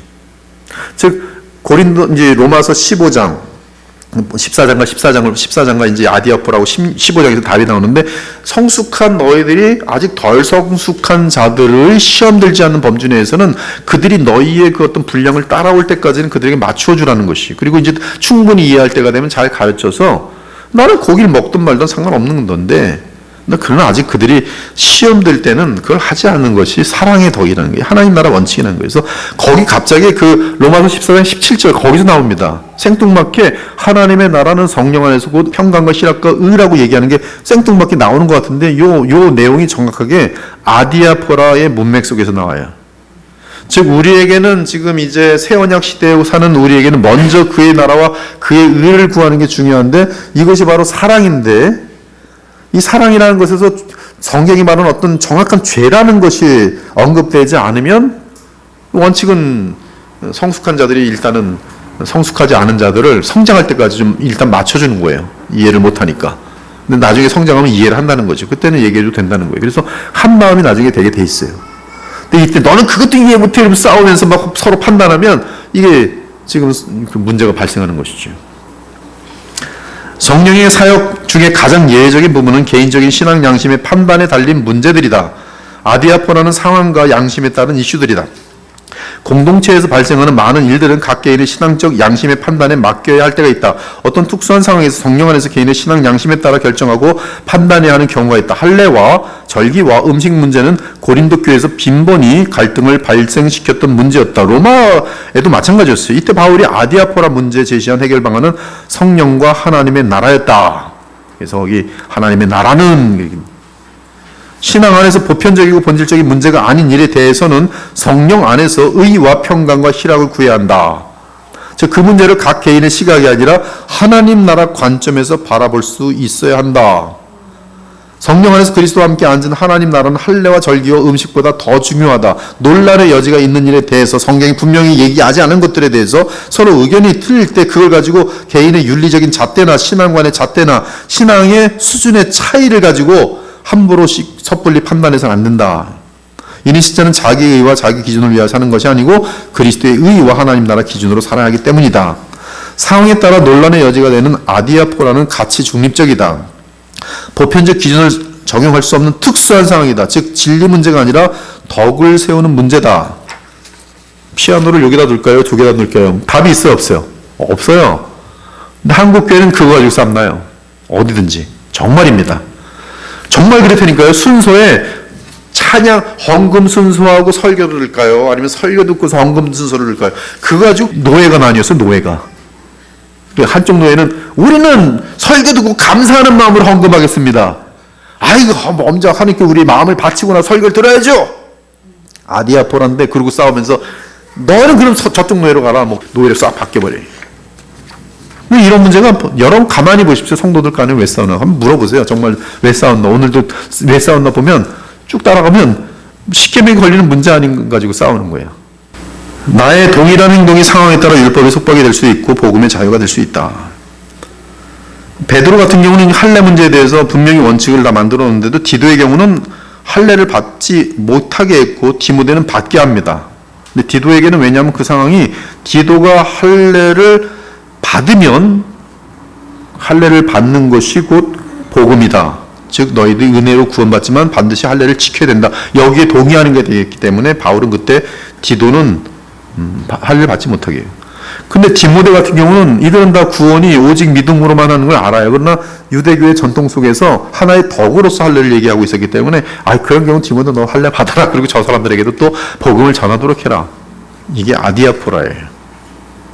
그러나 어떤 사람은 그렇게 생각 안 하죠. 바울 당신은 도대체 누구 편이요? 할례를 하자는 것이 말라는 것이. 그래서 그걸 가지고 싸우자고 대들겠죠. 이처럼 성령의 열매는 그리스도의 분량까지 자라게 하는 것이 목적이며 성령의 은사는 하나님 나라의 전초기진 교회를 건강하게 세우는 선물이다. 요약하면 성령의 세례, 열매, 은사, 양심의 자유는 하나님 나라의 열매가 될 때 견고하고 풍성할 것이다. 아멘. 기도하고 마치겠습니다. 하나님 감사합니다. 오늘 성령과 하나님의 나라에 대해서 저희들이 많이 다루고 왔는데 오늘 저희들이 얼마나 참 생각이 짧고 부족한지 오늘도 또 하나님의 나라의 그 히스토리아 살루티스 속에서 우리에게 주어지는 성령의 역사를 또 배우게 하심을 감사합니다. 항상 내 자신은 십자가를 못 박고 그리스도의 영광만을 또 그리스도의 하나님 나라 사랑만을 함께 세워나가는 영광스러운 이 시대의 교회가 되어서 하나님이 기뻐하시는 교회의 모습이 어떤 것인지 온 세상에 전할 수 있는 우리 그리스도의 보혈교회가 될 수 있도록 복을 내리워 주시옵소서. 돌아가는 발걸음에도 주의 은혜가 넘치길 바라며 살아계신 우리 주 예수 그리스도의 이름으로 기도 올려옵나이다. 아멘. 예, 감사합니다. 안녕히 돌아가시 바랍니다.